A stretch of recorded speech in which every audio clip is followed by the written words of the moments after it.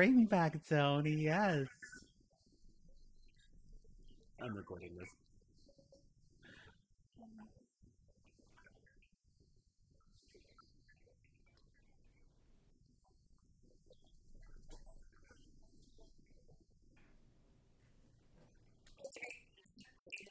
Ugh. Maybe I wrote it down wrong. Nope. Wait, what'd you dial?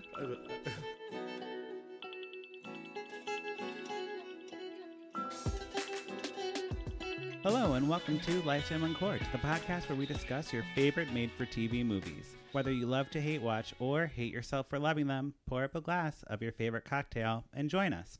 I'm your host, Patrick Serrano, and my guests today are... I'm Drew Current. And then, Shaun Byrnes. Yes. Hi, Shaun. Hey, Shaun.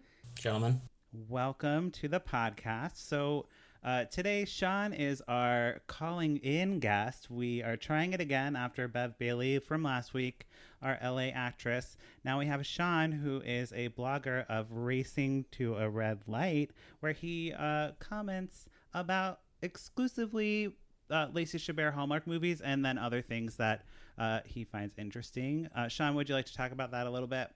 Yeah, I mean, I don't want to get off on a bad foot here, but I would like to take umbrage with you guys. I was listening to the Christmas in the Air episode where you called Catherine Bell the queen of Hallmark movies. Yes. Uh-oh. Did we step I mean, in? you know, dynasties come and dynasties end, and I think we are in the age of Chabert. That's right. Is it Chabert? Have I been pronouncing it wrong my whole life? Say that again? Chabert? That's how you pronounce her last name?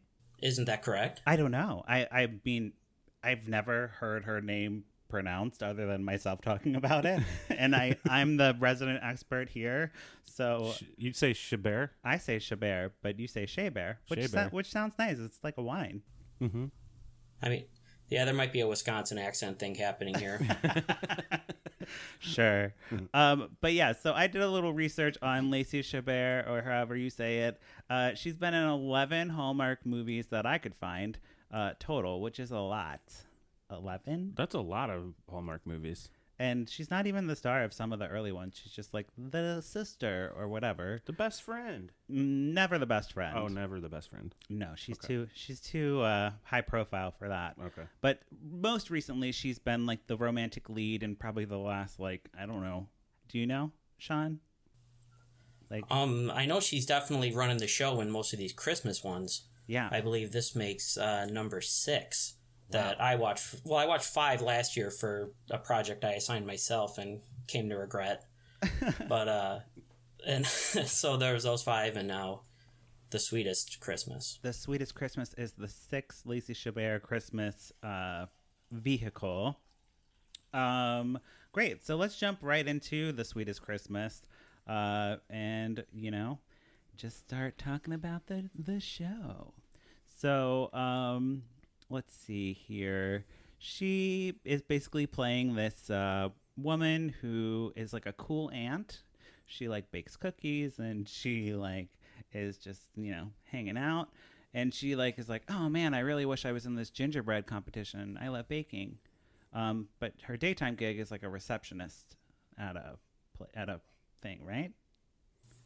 Yeah, she's unemployed currently because she was a pastry chef at a restaurant in Helen, Georgia, which closed. And as they remind us repeatedly in the early going, there's only 8 restaurants in town, so it's hard for her to find other work. So she's taking a job as a temporary receptionist.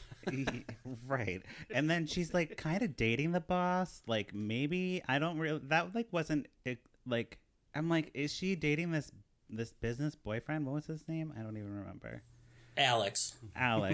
He can't work a Keurig, and he's just like, hanging out with her. But if she's only a temp, that seems scandalous. Yeah. Right? Oh, well, they're absolutely dating because she's expecting to get proposed to when they go to the Italian restaurant, where he goes through this whole to-do of blindfolding her, putting, rose petals on the table, just to announce that she's getting a promotion to office manager. Right, right. Oh yeah. So No. yes. No. So it's like the table's all set up, and it has all these roses, there's champagne, and he blindfolds her and like walks her through the town. It's a whole to do to be Wait. like you're promoted to office manager. So Patrick, Yeah. so you didn't know that they were like that's very much they're dating if she thinks she's gonna get proposed, right? I'll admit this was my second movie of the night, so, So you were a couple I've deep. probably had Yeah. like 7 glasses of wine at this point. Yeah, yeah. Okay. You know, a bottle. Who cares? But yeah, so I was confused, but that sounds very clear to me. You're right, Shaun. They break up. They break up after that meal because, you know, she's expecting to get proposed to instead of, you know, being bumped up to planning more than the office Christmas party. Alex. And it just so happens that he took her to the Italian restaurant that's owned by her ex-boyfriend, Nick. Oh no. Who I guess they dated in culinary school. I mean, it's kind of mentioned that they were together at one point. Yeah. I was a little fuzzy on High those school, deets. because they mentioned prom, and I was like, are they high school? Did they go to a culinary high school? Like what? A culinary magnet? Hey, you know, I went to a performing arts high school, so, you know, it could exist. Yeah. But yeah, and that guy was really cute. What's his name? I didn't even go through the names. So this stars Nick. with Lacey Chabert. Nick is played by Lee Coco, Glenn Coco's brother, and then Jonathan Adams is the sassy black friend who's not gay, unfortunately, Oh. or fortunately for me, because I can still get my gay role. Yep.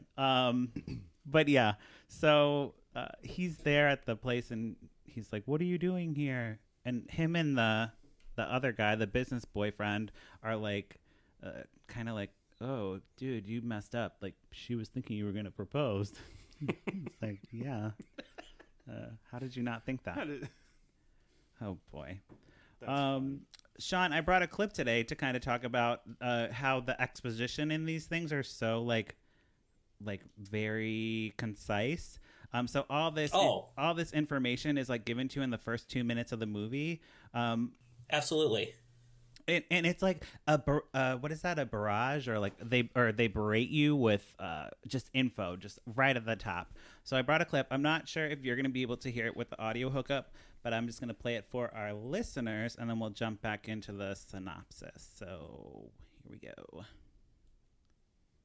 Home's Christmas party?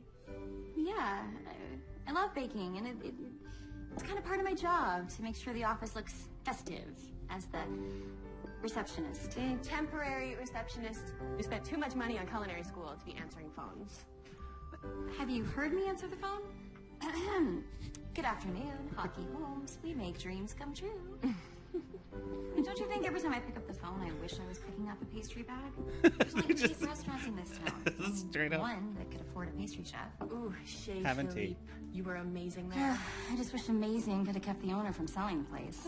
Or paid off your cooking school debt. Oh, you've had an unlucky year, sis. Unlucky. I feel like there was a weird edit there. Oh yeah, for sure. I don't know. Yeah, so just a good example of like how you can get, I mean, that was like a 30-second clip, how you can get so much information in one little thing. And that's basically the whole movie, is like just dialogue that is so exposition heavy, because they have to get through the like relation, like establishing the relationship of Lacey Chabert and this Glenn Coco dude. Yeah. I mean, you gotta get there. Oh, also they wrote this like a month ago. Oh yeah. They just Yeah, Right. there's actually a lot of confluence of stories happening in this movie. You know, you have Chabert and her crumbling relationship with her, what I thought was a 50-year-old boss. We haven't even touched on the gingerbread competition yet, which in theory, runs this movie, but kind of disappears for an hour in the middle of it. Yes, it did. You get her reconnecting with Nick in this town of 8 restaurants where, I guess she'd never been in his before. And then you got her having to help Nick's wiener kid Bobby make desserts for his class party. Yes. Oh, because Nick has a son, Drew. Drew's looking at me like, what is happening? Just so you know, Shaun, I haven't seen these. I haven't actually seen. All of this is a surprise to me. He's very surprised by the kid. A wonderful surprise. Yeah, and what's the kid, the Bobby kid, who, by the way, I'm calling is this season's Hallmark superstar because he was in a Harvest Fall, whatever. He was in one of the fall movies. Mm-hmm. He was in the Christmas Kiss, or I forget what it really is called. I called it the Christmas Kiss, the Christmas Wish. The first one we did. Oh, yeah. He was in. He made a cameo in that, and now he's the son in this one. So he's been in 3 Hallmark movies this year. Good for him. He's. I mean, they don't want to deal. They don't want to deal with like finding another kid. Right. They're like, just get that kid. Where's the fucking kid? That fucking kid over there. But he's like extremely sassy gay kid. He's great. So he has a lot of attitude. That's it. You're gonna be the older that kid. That's your role, dude. Yes, that's it. Hallmark, if you're listening, whoever played Bobby, I didn't write it in my notes. He'll play young me who gets jaded at Christmas, and then I'm like a Scroogey Christmas man. And then I get won over in the Christmas spirit. I will fucking pour it up for that movie that is not real yet. Not real. And I do have one story to say about why I don't like Christmas, which is not true. I do like Christmas, but one time at Christmas I ate too much chocolate. Like I ate all the chocolate in my stocking, and then I like threw it all up all over the floor. And that Christmas was a Christmas not to remember. And that's what the movie's called. A Christmas not to remember? No, they wouldn't do that. But something. A Christmas barf? I mean, what are we talking about? A Christmas barf. On the Hallmark channel. I don't see that in the future. Anyways, back to the synopsis or the breakdown. Shaun, where do we leave off? I'm lost. Man. I'm lost in this movie. The kid. Well, so we still got the gingerbread competition, of which we've missed preliminary rounds. Because Chabert is now a semifinalist, right? And she's hoping to win $25,000 to start her own cake store, which doesn't seem like a whole lot of stake money. No. That's very low capital for that. Barely pays like your equipment and your rent. That pays for the oven. Right. That's the oven. The oven. Oh, we didn't even get to the oven thing. So there's a big oven fiasco. So Lacey Chabert, as we established, is a cool aunt. And her dumb nieces put toys in the oven and break the oven. So she has no way to cook for this, or bake, I guess it's called, for this competition. So she has to go to Nick's Pizzeria and ask him to use his oven. Oh, perfect. Yeah. That's a fun opportunity.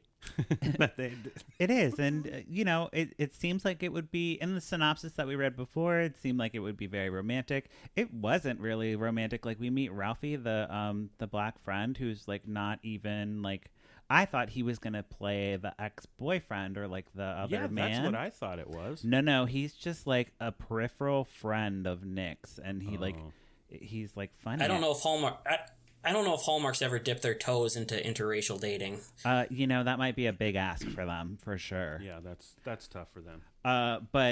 But yeah, so they had him be like this. He like takes them shopping, like Bobby and Lacey Chabert. They all go shopping at like Costco together for supplies, gingerbread supplies. Yep. What was that? She said something about how she couldn't go to the restaurant supply store because she wasn't a working chef. Did I mishear that? Yeah, maybe it's during like, the part of the movie I blacked out during. She's not a member of Costco. Of Costco, so she has to get her friend to go with her. Are they going to Costco, or are they going to a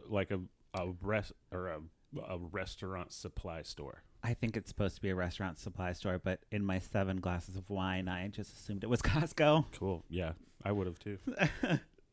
See, I thought it was that specific, which I thought would have been odd if there's only 8 restaurants in all of town.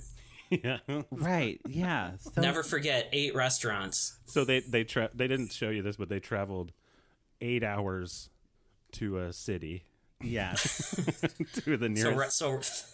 So Ralphie could get basil. Yeah. Yeah. You get it in bulk. So yeah, so they do all that, and they're like, sparks are flying between Lacey Chabert and Nick, and they're like spending more time together. They like decorate his house, and she's like helping Bobby, like dropping him off at school or whatever, and they like, all just like basically being a family, but they're not a family. And then she buys him a Christmas tree. Yeah, she buys him a Christmas tree. She buys who? Wait, their friend or Nick? Nick. Okay, Nick. So she buys Nick a Christmas tree. Because he's like and too she helps busy. him.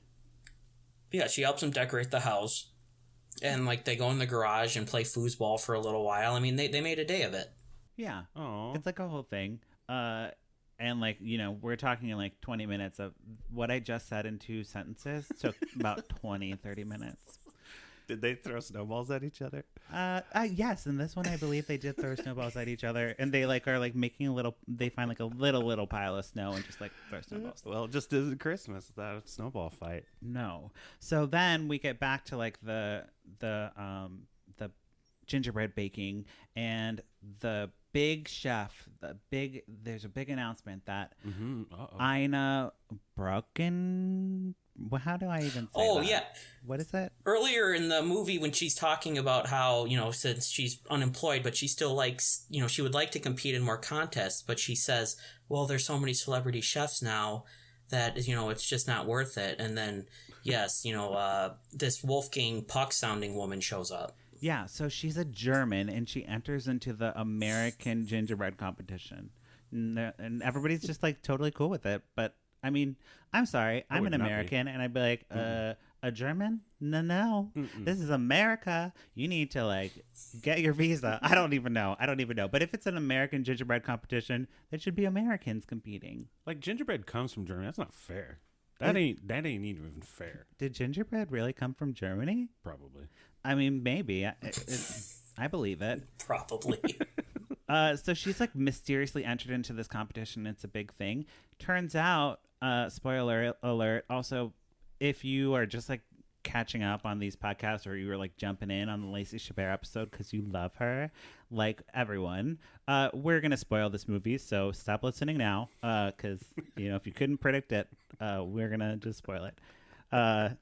So she turns out to be hired by the business boyfriend. So the business boyfriend hired the German to, like, cook this big gingerbread thing to make a big grand gesture to read. Well, because one of the announcements they make at the press conference, which I thought was amazing that they had a press conference for the American gingerbread competition. Big deal. So first they announced Mrs. Wolfgang Puck, and then second they said that you can use like one battery operated device in your item, which helps obviously with the Germans, and also we get to use a Bobby invention.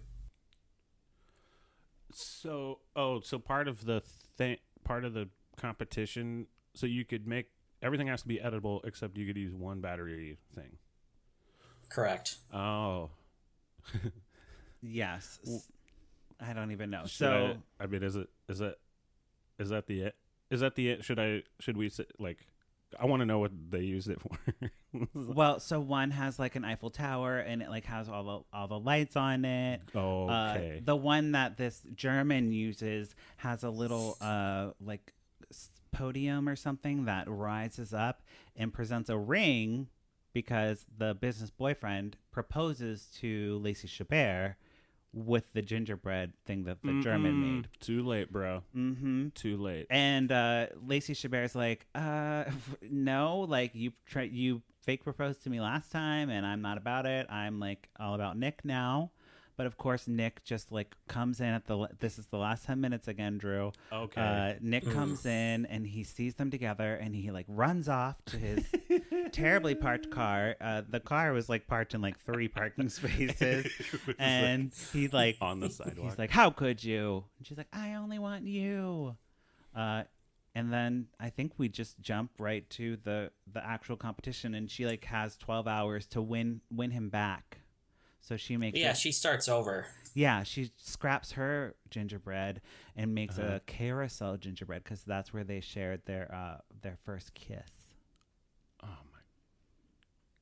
back in high And her- school or culinary school. And her carousel rotates because earlier in the movie, our guy Bobby, he says he invents a pizza spinner. Yes. I wasn't entirely sure what the point of that was. Like, I think it was if you're trying to eat a whole pizza by yourself, you could hit a button and it would rotate, and so the slices would come closer to you without having to lean over the table. Oh, So, I mean, yeah. So Bobby basically invented a record player for pizza, but it also worked on a carousel gingerbread house. It also works on just anything that turns in a circle, really. I mean, I don't know what Bobby's patent calls for, but I guess yes. I'm glad I'm glad there was no ex machina though. Right. That's great. So it actually works out pretty well. Like the carousel is of course very, very well received, and she wins the competition and wins the man, and everything comes full circle, as it were. As it were. Get it? Get it? Full Carousel? circle. Oh, like a half-eaten pizza. Yeah, like a half-eaten. Yeah. and having the. Oh my god. Yeah. So this one, not much to say. Shaun, so on the podcast we do a rating of pour it up, which means we love it, or put a cork in it, which means we're not about it. So if you had to recommend this to someone, which would you choose? Oh, absolutely. Pour it out there. I mean, other than that hour in the middle where nothing really happens, the edges are pretty action-packed. Right. Nice. Yeah. If I had to choose, I can't go against Lacey. So I'm going to also pour it up. Despite that hour in the middle where nothing happens, it's still Lacey Chabert. If she's not doing Mean Girls, I'd like to see her doing this. So keep them coming, Lacey. Mm-hmm. Yeah. I'm gonna say a blind, because I got to do a blind one. Yeah. Just from you guys talking about it. I'm gonna pour it up because they did a nice little justification, because I was like, wait, how does she know how to make something spin in a circle? They did tie it together, and with the Bobby and the pizza spinner, like I'll remember that forever. That's great. Good job with because otherwise it's just magic happens then. Yes. Good job, Hallmark. Okay, so Shaun, where can we find you if we're looking for you on the interwebs? Oh, yes, you can follow me on Twitter at ButtersBC. I'll probably be doing a 5,000-word write-up on this and Racing to a Red Light at some point, because, I mean, we didn't even touch on Nick saving the company Christmas party. Oh, so, right. I mean, there's more there's more to mine from this treasure trove of a movie. Oh, yes. I This believe is so. just the surface. So everyone, please check out Racing to a Red Light. It's a blog, right? Mm-hmm. Yeah, so check that out. Like really in-depth and hilarious reviews. Much more in-depth than what we're doing on this podcast. So check that out. Drew, where can we find you on the interwebs? You can find me on Twitters and the Instas. Yeah. At both are just at Drew but with pants. Wonderful. Well, thank you both for joining me today for this episode covering the Sweetest Christmas. And thank you, listeners, for checking back into Lifetime Uncorked. We watch these movies so you don't have to. But if you do, we'd love to hear from you. You can follow me on social media at Patrick Miguel or the podcast at Lifetime Uncorked. And be sure to check out our website, lifetimeuncorked.com, or drunk dial us at 872-267, sorry, I couldn't read that, 4117, and share your thoughts on a movie we've covered or one that we missed. Yeah, I think that's it. Thank you so much. Okay, bye. Bye. Good night, Bobby.